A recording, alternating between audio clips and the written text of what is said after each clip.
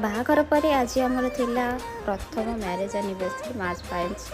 तो आम जेहेतु सांगे थिलु राति सेलिब्रेट करूँ कि बहुत छोट आकार करूँ गोटे केक कट करूँ।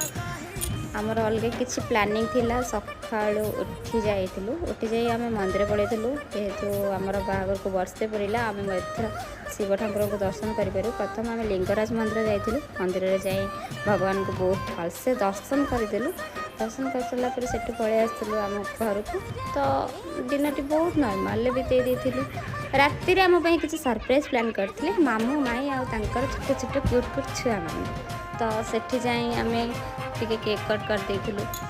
एक्चुअली आमर किसी अलग प्लानिंग थिला जेहेतु माने आम प्लानिंग टिके पोस्टपोन हो जाइए। तो से लगी आम भलसे करूँ आग को भलसे किसी करूँ। तो आग को शीघ्र सब देखा। रही नमस्कार।